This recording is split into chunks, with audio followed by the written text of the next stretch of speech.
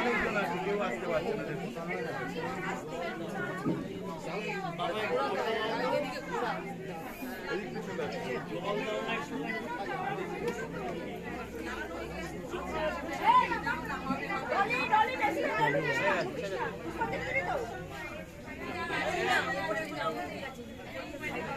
মিডিলটা দেখবে, এখন সরানো হয়েছে, আবার মিডিলটা দেখবে।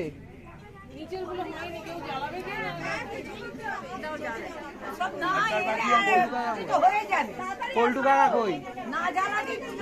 পল্টু কাকা কই?